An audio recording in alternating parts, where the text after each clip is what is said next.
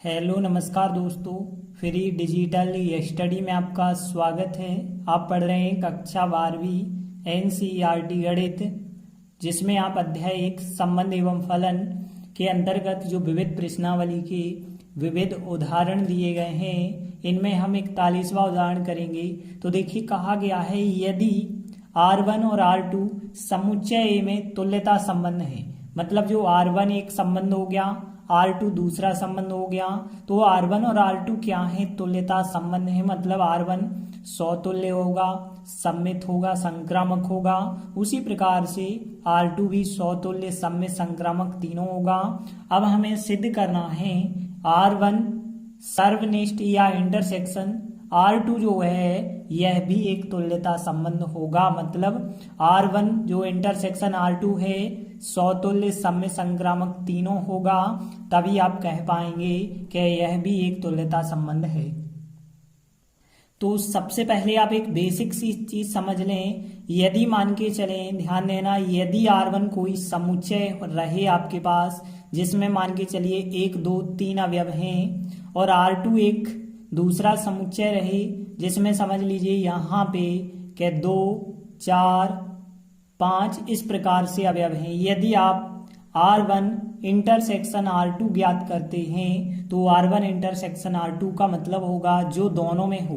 तो दोनों में क्या है? यहाँ पे 2 है, तो इंटरसेक्शन कहलाता क्या है? जो दोनों में हो, R1 में हो और R2 में। तो ये कहने का अर्थ है यदि कोई अवयव ऐसा है जो R1 में है और R2 में है, तो वह अवयव उनके इंटरसेक्शन में भी रहेगा। बिल्कुल इसी नियम के द्वारा हम इस सवाल को करेंगे। तो सबसे पहले हम समझ लेते हैं समतुल्य यदि कोई संबंध है तो प्रत्येक डबलिंग जो है R के अंतर्गत होती है, तभी वो संबंध समतुल्य होता है।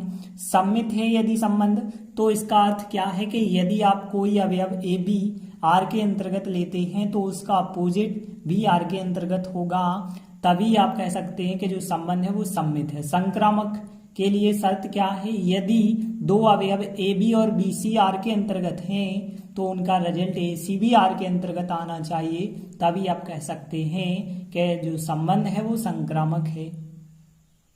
और यदि तीनों सिद्ध हो जाता है तो आप कह सकते हैं जो संबंध है तुल्यता संबंध है। तो देखिए, जब हमें R1 इंटरसेक्शन R2 सिद्ध करके बताना है कि एक तुल्यता संबंध है, तो इसे जो है पहले हम समतुल्य सिद्ध करेंगे, फिर इसे सममित सिद्ध करेंगे, फिर इसे संक्रामक सिद्ध करेंगे। तो देखिए, सबसे पहले लिखा हमने हल दिया है R1 और R2 दो ऐसे संबंध हैं जो क्या है? तुल्यता संबंध है। और यदि R1 और R2 तुल्यता संबंध है तो हमने बताया R1 और R2 जो होंगे समतुल्य, सममित और संक्रामक होंगे। तो देखिए, हमने लिखा जो R1 और R2 संबंध होगा जी क्या होंगे? समतुल्य, सममित और संक्रामक होंगे। अब देखिए, हमें जो सिद्ध करना है, इसे तुल्यता संबंध सिद्ध करना है, तो पहले तो हम इसे समतुल्य सिद्ध करेंगे। तो देखिए, समतुल्य पहले हम इसे कैसे करते हैं? तो यहाँ पे ध्यान देना, हमें सिद्ध करना है कि R1 इंटरसेक्शन R2 जो है एक तुल्यता संबंध है, मतलब हमें समतुल्य पहले लाना होगा, फिर सममित, फिर संक्रामक। तो पहले हम समतुल्य कैसे सिद्ध करेंगे? तो देखिए, समतुल्य के लिए आपको बताना होगा कि जो डबलिंग है ए यह R1 इंटरसेक्शन R2 के अंतर्गत आती है। यह आपको दर्शाना होगा कि जो डबलिंग है, प्रत्येक डबलिंग इसके अंतर्गत आती है, तभी जो है हमारा संबंध समतुल्य होगा। तो यह चीज आप कैसे दर्शाएंगे? तो हम दर्शाएंगे कि R1 जो है समतुल्य है। जब R1 समतुल्य है मतलब ए जो समान टाइप के अवयव हैं वो R1 में रहेंगे। R2 भी समतुल्य है, तो R2 की भी जो डबलिंग होगी वह भी R2 के अंतर्गत होंगी। अब देखिए, यदि कोई अवयव R1 में है और कोई अवयव R2 में है, तो वह अवयव जो है उनके इंटरसेक्शन में भी रहेगा, तो सिद्ध हो जाएगा कि ए और ए जो है R1 इंटरसेक्शन R2 में होगा।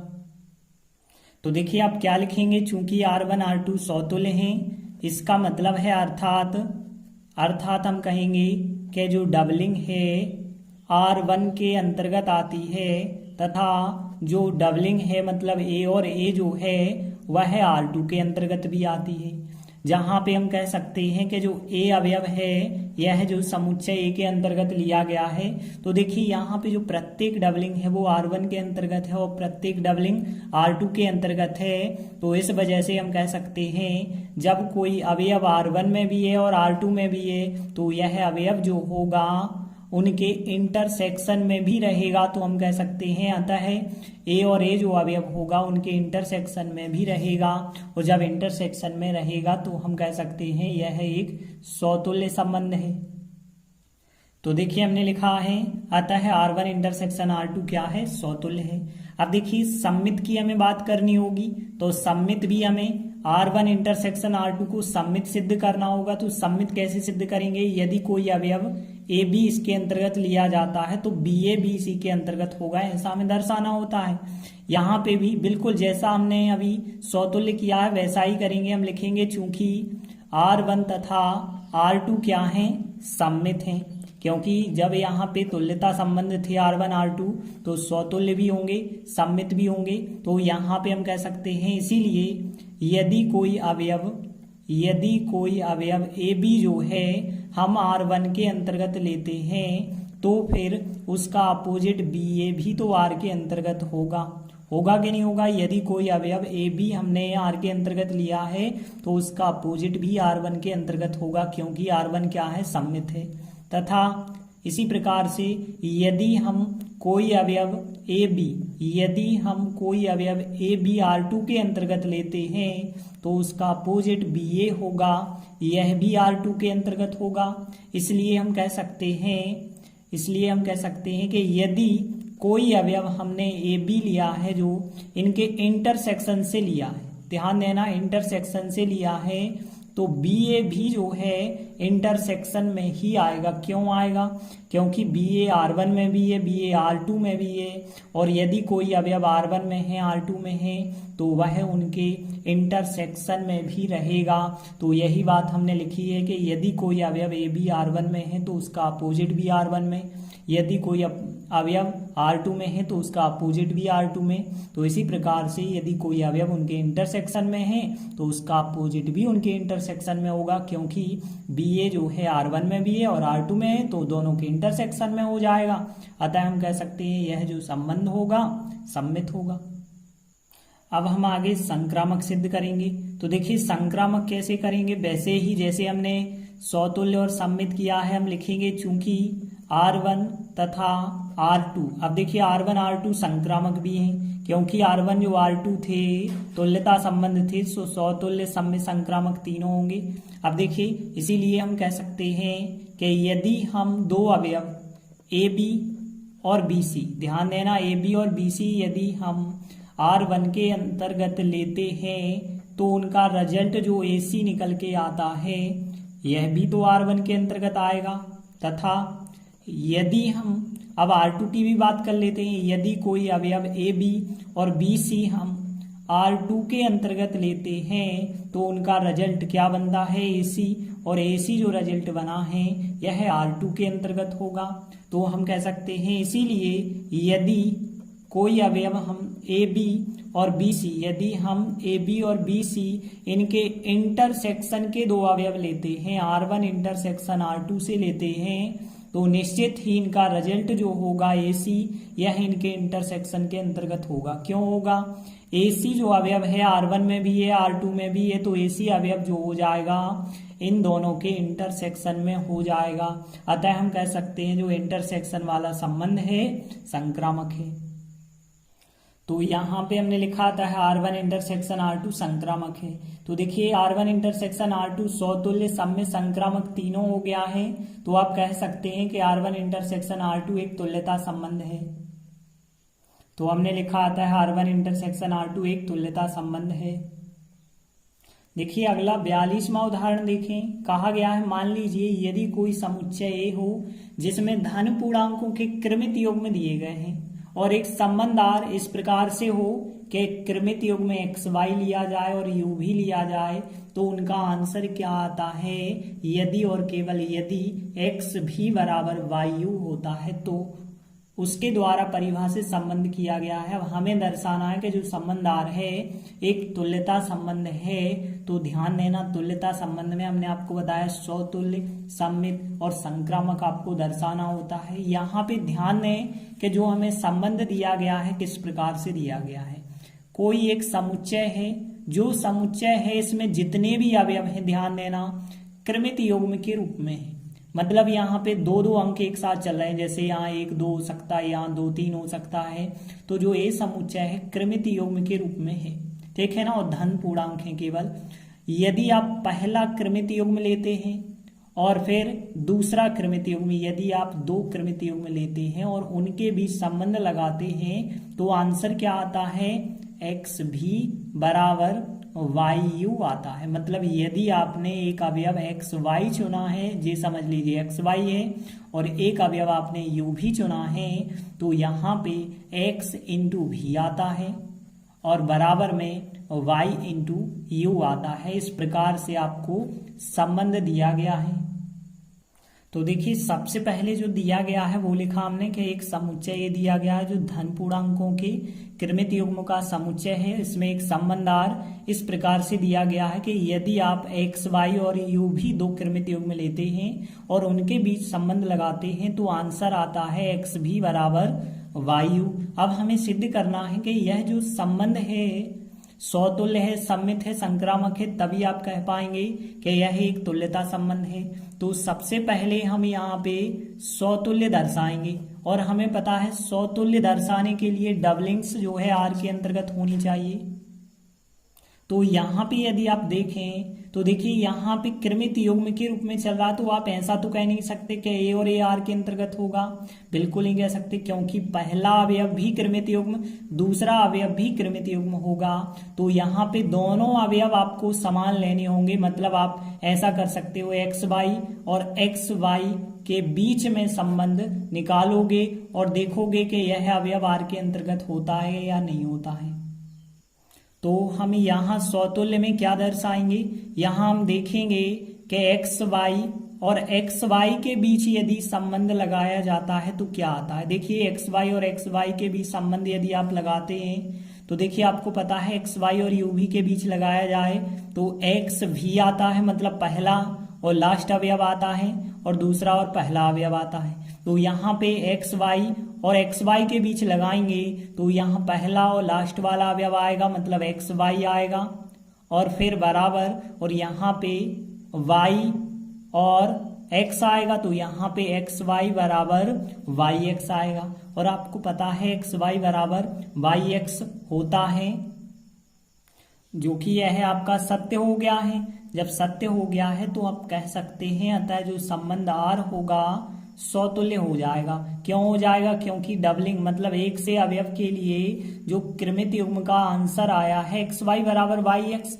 और एक्स वाई बराबर वाई एक्स होता है, अतः आर जो है स्वतुल्य है। अब देखिए स्वतुल्य के बाद हम सममित सिद्ध करेंगे। तो सममित कैसे हमें सिद्ध करना होगा, सममित के लिए ए बी और बी ए चेक करते हैं। ए बी यदि कोई अवयव आर के अंतर्गत लिया जाए तो उसका अपोजिट भी आर के अंतर्गत होगा। तो देखिए यहाँ पे हम लिखेंगे कि यदि हमने, अब ए बी तो आप ले नहीं सकते, मतलब यदि हमने लिया एक्स वाई और यू भी, 2 अवयव हमने आर के अंतर्गत लिए हैं, आर के अंतर्गत लिए हैं, तो इसका मतलब क्या है, एक्स भी का मान जो है बराबर होता है वाई यू के बराबर होता है।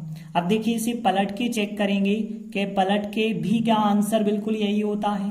देखिए यदि आप यू आगे कर देंगे, भी यू भी जे पद आगे करेंगे, आर और एक्स वाई वाला क्रमित युग्म पीछे करेंगे, जे रहा ए जे रहा बी, ये भी। अब पलट के आपको बी ए चेक करना है यह आर के अंतर्गत होगा या नहीं होगा।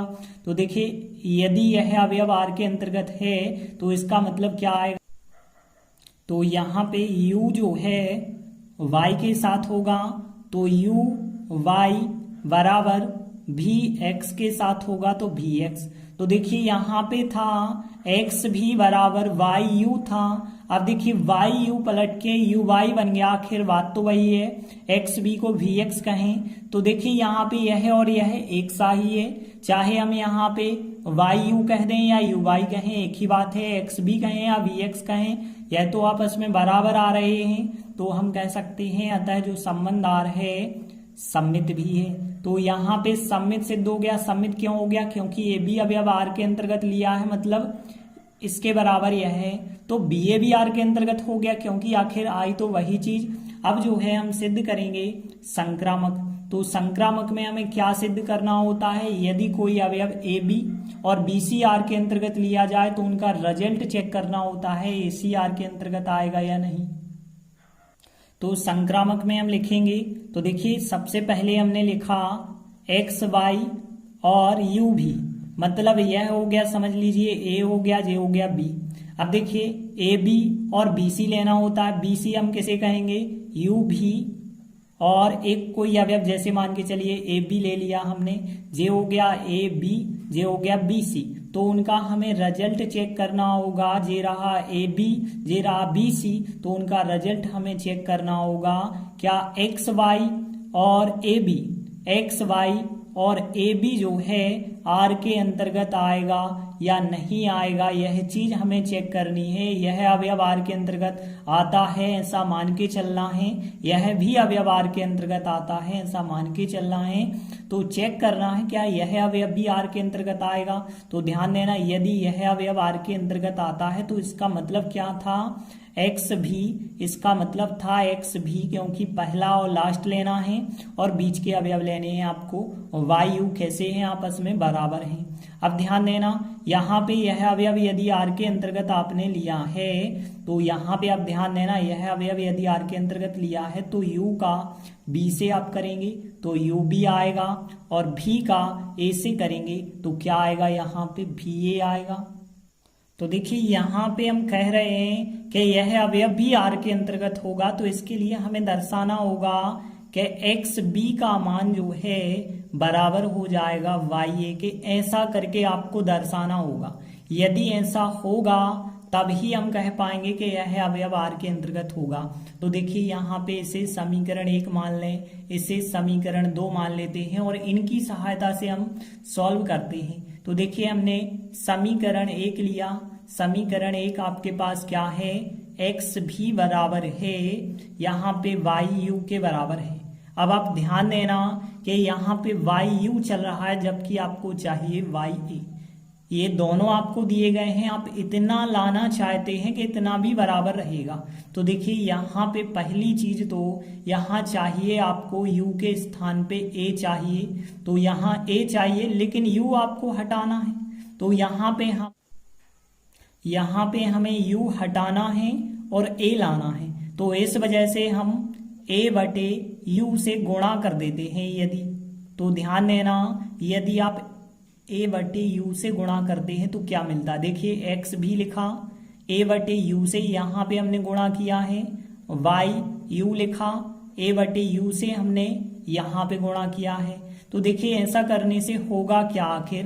तो देखिए यहाँ पे u से u कट जाएगा, आपके लिए क्या प्राप्त हो जाएगा? y a प्राप्त होगा यहाँ पे।